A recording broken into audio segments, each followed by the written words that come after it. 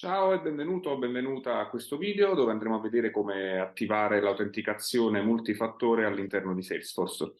Se non lo sai già, nel corso del 2023 Salesforce renderà obbligatorio l'accesso tramite MFA, quindi Multifactor Authentication, ed è spiegato molto bene in questo articolo che linkerò sotto il video dove potrai approfondire la roadmap di Salesforce.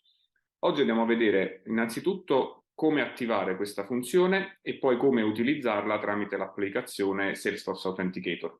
Si può fare anche tramite altre app, ma in questo caso andremo a vedere appunto come utilizzare quella di Salesforce. Quindi quello che vado a fare innanzitutto è andare nel setup e posso decidere di attivarla o per l'intera org o soltanto per un gruppo specifico di utenti. Se volessi farlo per l'intera org mi basta andare in Session Settings, quindi scrivo Session, mi compare Session Settings, qui vado a cercarmi MFA ed ecco la funzione che ci interessa. Questa è la casella che bisogna spuntare quando vogliamo attivare la MFA, quindi la Multi-Factor Authentication, per tutti gli utenti all'interno dell'org. La best practice comunque è quella di iniziare con un gruppo più piccolo di utenti, quindi non attivarla subito per tutti, ma testarla innanzitutto con un gruppo ristretto.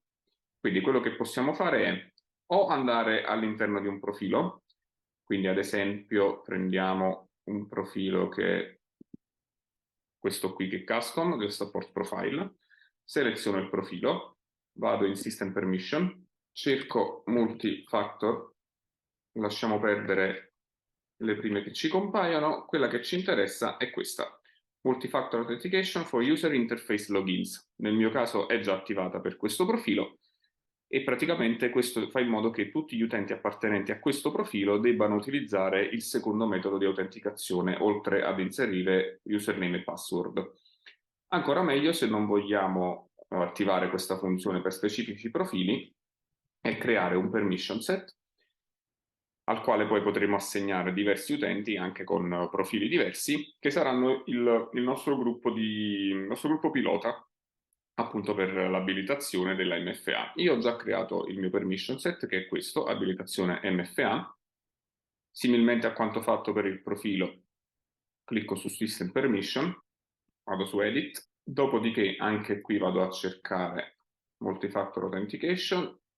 Quello che mi interessa è appunto questo, Multifactor Authentication for User Interface Logins. Quindi spunto la casella, clicco su salva, mi compare il riepilogo di quello che sto andando ad attivare, confermiamo cliccando di nuovo su salva.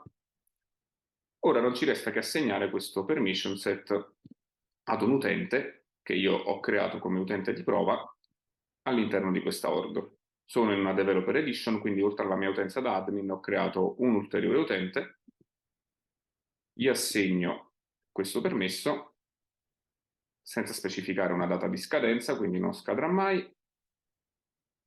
Perfetto.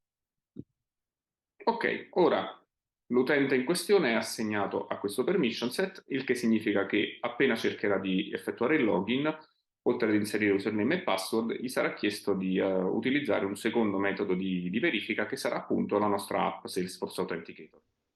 Ok, per prima cosa andiamo a scaricare l'applicazione Salesforce Authenticator dal Play Store o dall'App Store a seconda del telefono che hai. Quindi cerchiamo Salesforce Authenticator e questa è l'applicazione che dovrai scaricare. Io l'ho già fatto, adesso vediamo come utilizzarla. Bene, adesso effettuiamo l'accesso con il nostro utente di prova. Ti consiglio vivamente di creare un utente di prova con la stessa email che hai utilizzato per l'account da admin.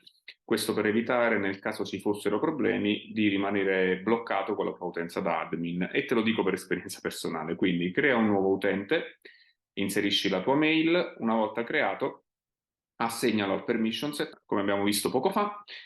Quindi adesso vado ad effettuare l'accesso con questo utente e come vedi adesso non mi fa accedere perché prima devo connettere l'applicazione Salesforce Authenticator e utilizzare il codice che verrà generato.